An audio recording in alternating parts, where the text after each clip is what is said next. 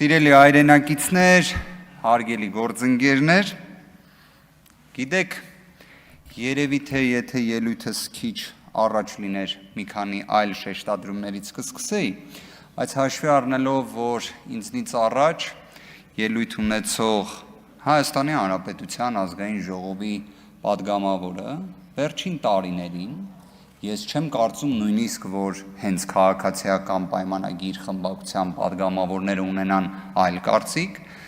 նշված անձը ատելության խոսք տարածող է։ Ատելության խոսք տարածող է։ Հասարակությանը պառակտող հայտարարություններ անող է։ Ընդհանրապես անընդունելի վարքագիծ է դա ըստ էության։ Այն, որ դա իրավական հետևանքներ պետք է առաջացնի, միանշանակ է։ Բայց եթե չեմ սխալվում, նույն նշված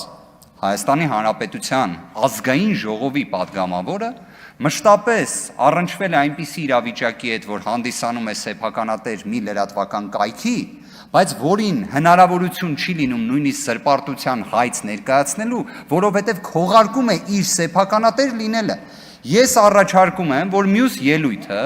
նշված Հայաստանի Հանրապետության ազգային ժողովի падգամավորը բացահայտի իր առնչությունը հայտնի ֆեյք մի կայքի հետ, հստակ արձանագրի իր առնչությունը դրա հետ եւ բացահայտի դրա դեմ իրավական գործիքակազմի իրացման մեխանիզմները։ Իդեպ, ես հիշում եմ, կարծես հենց երեկ էլ խոսքեր չէ գնում զրպարտության հայցերի եւ այլն, ձեր դեմ քանիցս կարելի է զրպարտության հայցեր ներկայացնել, բայց դուք բացահայտեք, որ դուք եք այդ կայքի սեփականատերը, դրա բոլոր բովանդակության պատասխանատուն։ Բայց նաեւ կարծում եմ ինչն է պետք հաշվի առնել։ Այս ամբիոնից եւ այս նիստերի դահլիճում գործում է հետեւյալ կանոնը. վիրավորական արտահայտությունները թույլատրելի չեն։ Վիրավորական արտահայտությունները թույլատրելի չեն։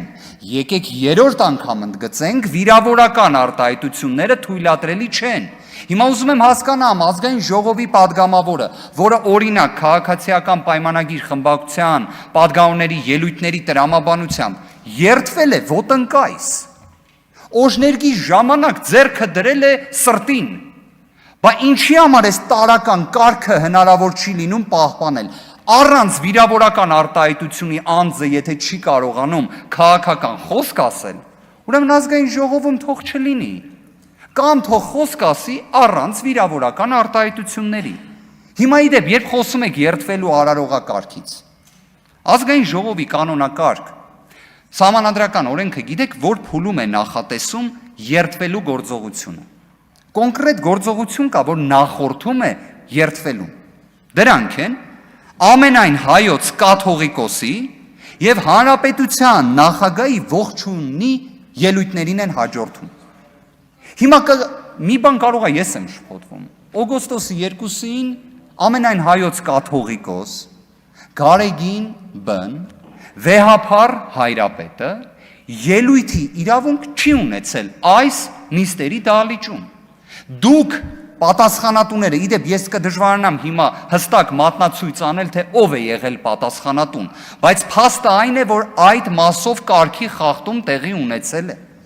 Այն, որ երդման, տեքստի, բովանդակության այդ կտորը իսկապես իրավական առումով, եկեք տենց շատ չբարձրաձայնենք։ Երդման տեքստի պարտադիրության մասով եւ դրա իրավական հետևանքների մասով իսկապես երևի թե առաջինը պետք է օրինակ Տիկին Ղազարյանը կամ երևի թե ազգային ժողովի նախագահությունը հետևողականություն ցուցաբերի, որովհետեւ Հայաստանի Հանրապետությունում կա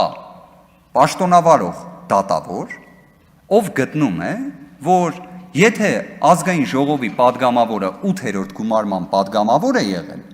9-րդ գումարման падգամավոր լինելու դեպքում որևէ այդ գործողությունների կարիք չկա։ Ինքը մեխանիկորեն շարունակում է լինել падգամավոր։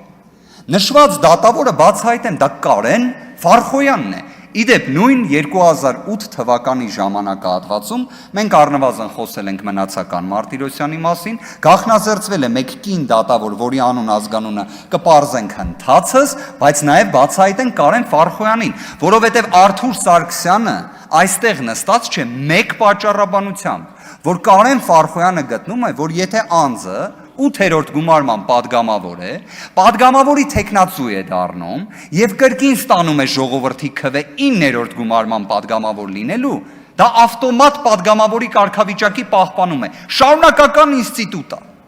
Հիմա օրինակ դուք խոսում եք երթվել չերթվելու մասին, ասում եմ կոնկրետ դատավոր կա, որ ասում է դա ընդհանրապես նշանակություն չունի։ Մյուս հանգամանքը։ Մենք խոսեցինք երեք բավականին կարևոր հարցի մասին, ափսոս գործընկերով երեք այդ հանգամանքը ընդգծեց, մենք խոսում էինք, որ պետությունը էֆեկտիվ կառավարիչ չէ։ Պետական համակարգը էֆեկտիվ կառավարիչ չէ մասնավոր ընկերությունների կամ պետության կողմից, այսպես ասած, մասնաբաժին, փայ, այսպես ասած, ձեռք բերելու գործընթացը եվրոպական երկրներում ընդունված մոտեցում չէ եւ այլն, հակադարձում եղավ Շվեդիայի օրինակով։ Շվեդիայում իդեպ ոչ թե նոր է եղել, որ պետությունը մասնաբաժիններ է ձեռք բերում, այլ իրենց տնտեսական մոդելը այդ տրամաբանությունն է ունեցել ու վերջին տարիներին հետ են գնում այդ տրամաբանությունից, պետական կառավարումից հանձնելով մասնավորին։ Բայց ես որոշեցի իսկապես օգտագործել ժամանակակից գործիքները, հարցրեցինք արհեստական բանականությանը։ Շվեդիայում Ռոմանոս Պետրոսյանը կարող էր լինել օրինակ որևէ մի պետական մասնակցությամբ ընկերության կառավարիչ։ Պատասխանը ոչ թե այն տրամաբանությամբ էր, որ իհարկե երբեք ոչ, այլ այն տրամաբանությամբ, որ քանի որ վերջինս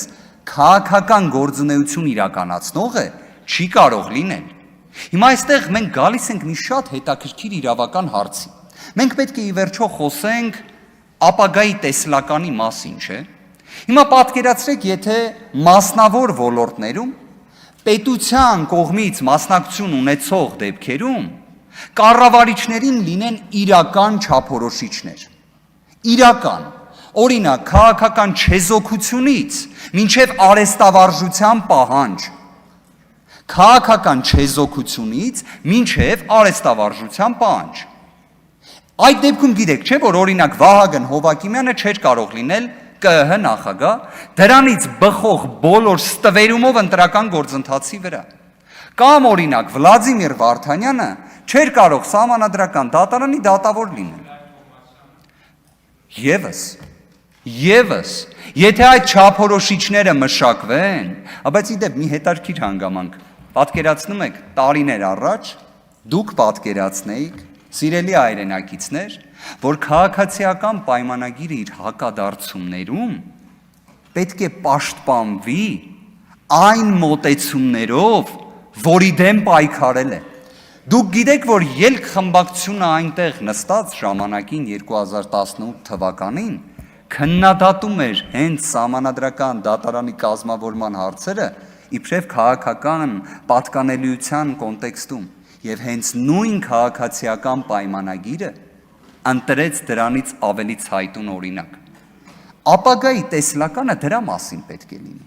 Լինեն չափորոշիչներ, հարգվեն այդ չափորոշիչները եւ դա է լինելու իրականում մեր հայրենակիցների համար տեսանելի արդյունքը։ Գործընկերներից մեկն էլ կարծես եւս ներկա չի։ Ապոկալիպտիկ կանխատեսումներ էր անում ուժեղ Հայաստանի վերաբերյալ,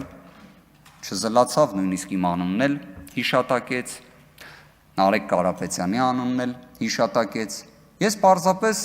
մի հետաքրքիր վերլուծություն ունեի, երբ լսում էի այդ խոսքը, որ հաճախ լինում է, չէ՞, թե մի բանից ինքդ հոգեբանորեն վախենում ես,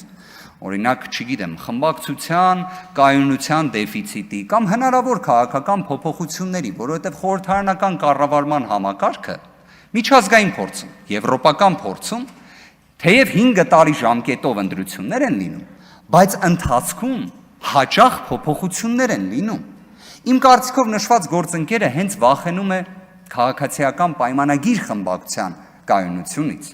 Բայց մի բան իմ մասով ասեմ, որ այո,